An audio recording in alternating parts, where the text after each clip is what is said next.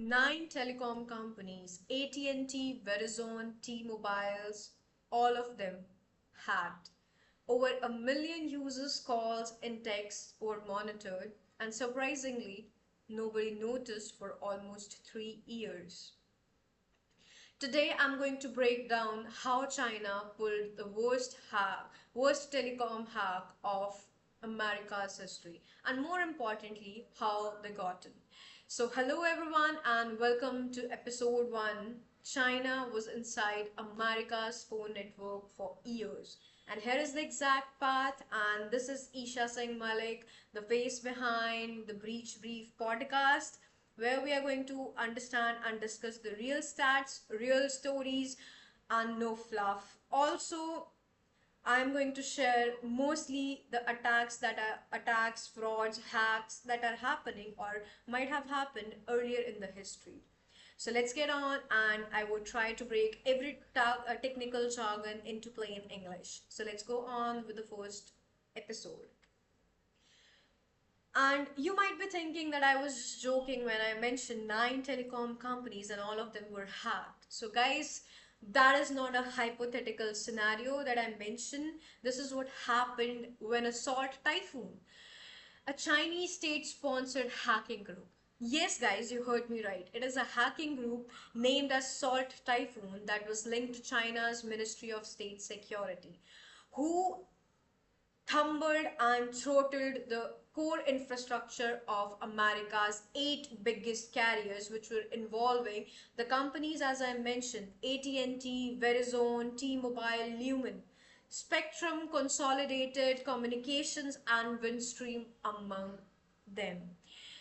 And you know what? Senator Mark Warner, as I mentioned in my article as well, who chairs the Senate Intelligence Committee, called it as the worst telecom hack in their nation's history. As I said that yes, how China pulled off, yes, we are really going to discuss about it, and this is actually the worst telecom hack that have happened. Also, later on, FBI confirmed the group, the Salt Typhoon, compromised at least 200 companies over 8 countries. And by the time story broke publicly in October 2024, attackers had already been inside some of these networks for close 3 years. And that's what I mentioned when I started my podcast. So, what actually happened is the cause that we are going to learn. Salt Typhoon did not get into it by tricking employees by giving them the links to click on for as a phishing links. No, guys, that was not the case. But they went deeper, and the group actually targeted the core network components of the telecom and the US broadband providers. And especially in that case, the case was the Cisco routers, where and which routes enormous volumes of internet traffic. That means almost all of the internet traffic was being handled by those Cisco routers in the US broadband and telecom carriers.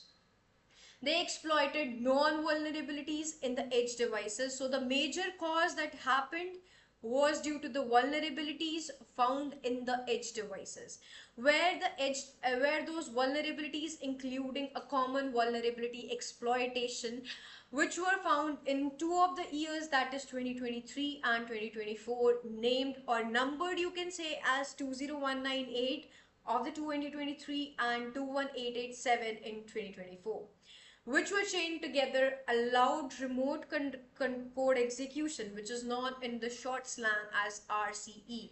So guys, as you can see that RCE itself states that remote code execution, remotely getting the execution via a particular code, in simpler terms. Also, I would prove it to you with a CVE stats. I would show it right in front of you that these CVs were actual CVs. These were not a joke. These were not just some statement that I'm stating. There is a stat, there is actual vulnerability behind the attack that they pulled off. So let's just see the CVE before. Okay, CVE 2023, and let me just go along with it so that you guys can actually see what I'm stating. So let me mention it here. You can see CVE 2024-21887. That means the CV of 2024 named with or mentioned with 21887. You can see a command injection vulnerability in web components, and the CVSS version was 4.0, guys. The base score was 9.1, which states how critical this vulnerability was when this could be in some of the system or the edge devices. This was one, and then moving on to the another one, that was CVE 2023 that we were just stating. So let's see what actually is the CVE score of it, so as to understand it basically very easily. Okay, and here we go, and you can see the base score for this vulnerability is actually 10, a highest score of CVE, which is very very critical. And you can see if they both had chained together, how critical a vulnerability or a loophole can be. So now watching that, they combined and chained together both of these and allowed an RCE without any authentication.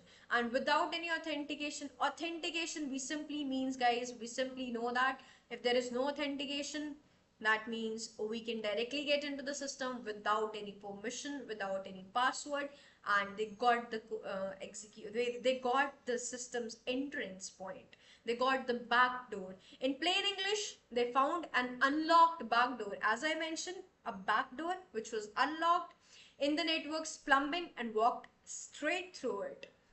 Once inside, they deployed two custom built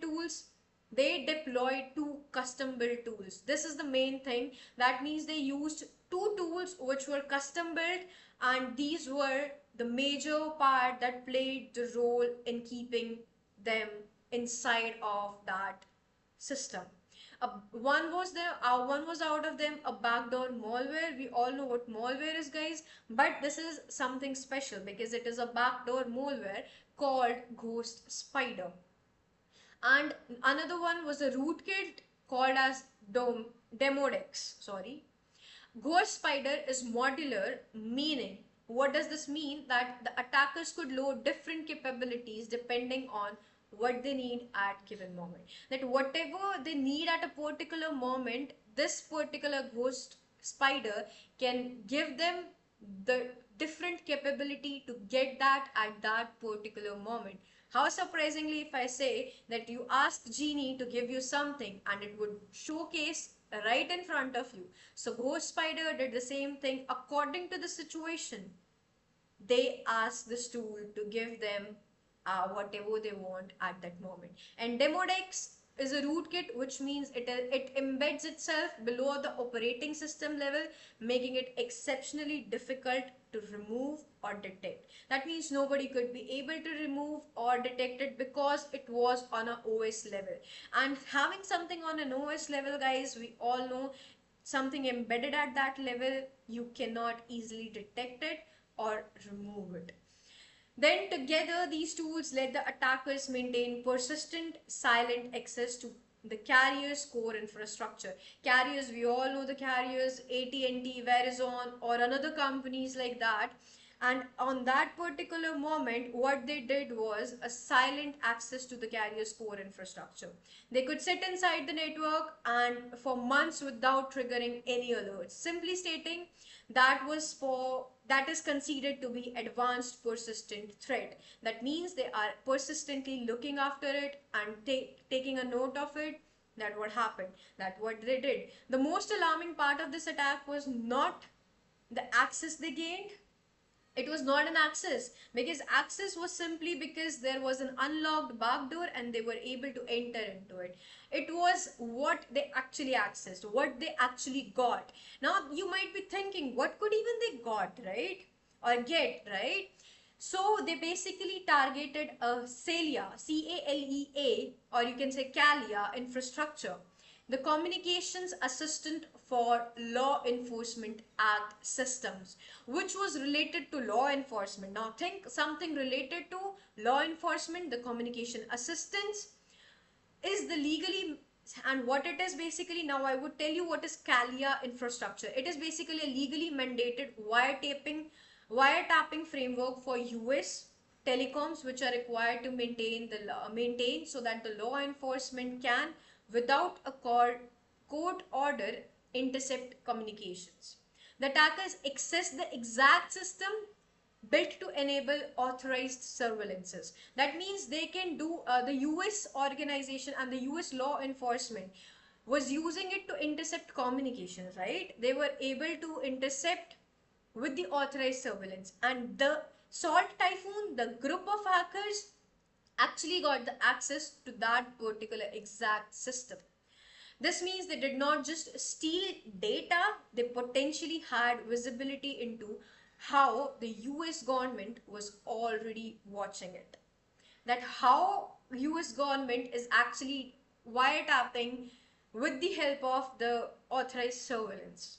Beyond that, they don't only do this, they access metadata over a million users, call timestamps, source and destination numbers, IP addresses, geolocation data, and White House officials confirmed that they had the capability to geolocate millions of individuals and record phone calls at their own will, which is quite shocking and surprising.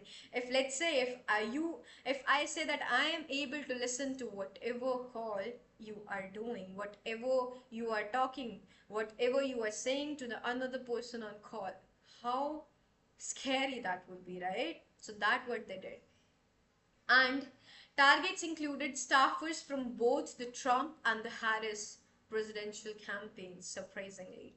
Now, the question comes is why it worked and it kept working. The main question that why were they not detected and why it kept on working. First, they lived off the land.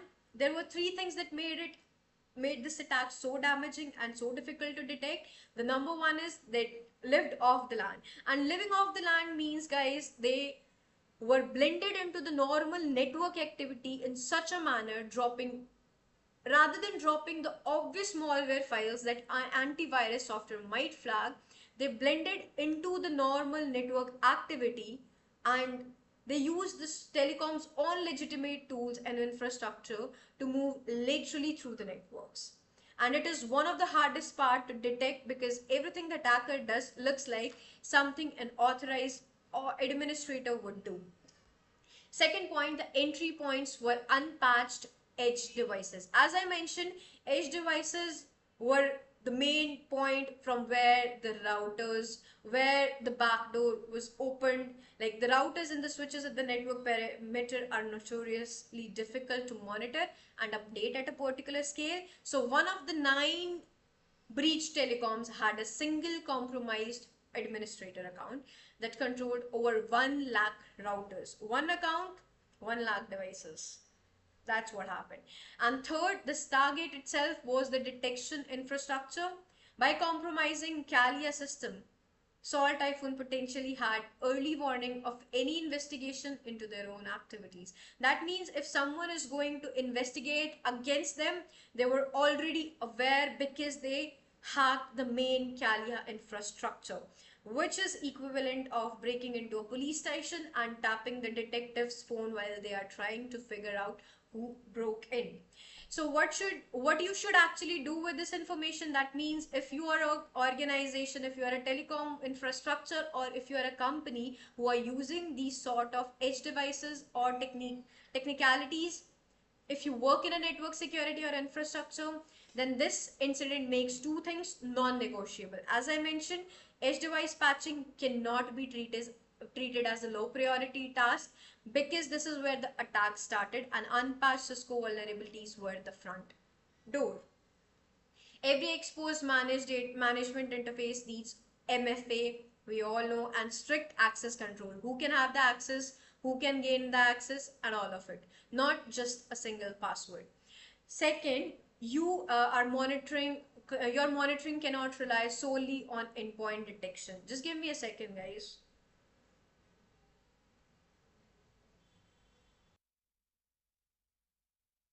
And secondly, as I mentioned, your monitoring cannot rely solely on the endpoint detection. So if you are an individual, assume your metadata has been collected if you use any major US carrier in the last 4 to 5 years, because today we are in 2026 and this is the previous data that I have mentioned in my blog, in my write-up, in my Medium article. For sensitive communication, use end-to-end encrypted apps like Signal. WhatsApp these days is also getting more and more enhanced. Even if call connect contents were not captured, metadata, who you call, from where, tells a detailed story. So this is what you can, and if you are really interested in looking for the sources, CSIS, Significant Cyber Incident Databases, Wikipedia of 2024 Global Telecommunication Hacks, and ARMIS Security Salt Typhoon Analysis or TechCrunch. You can look out of these articles, you can look out for these resources and the sources, and you can just check it out to read more about it. So I believe that you guys have got a really good idea about it from here.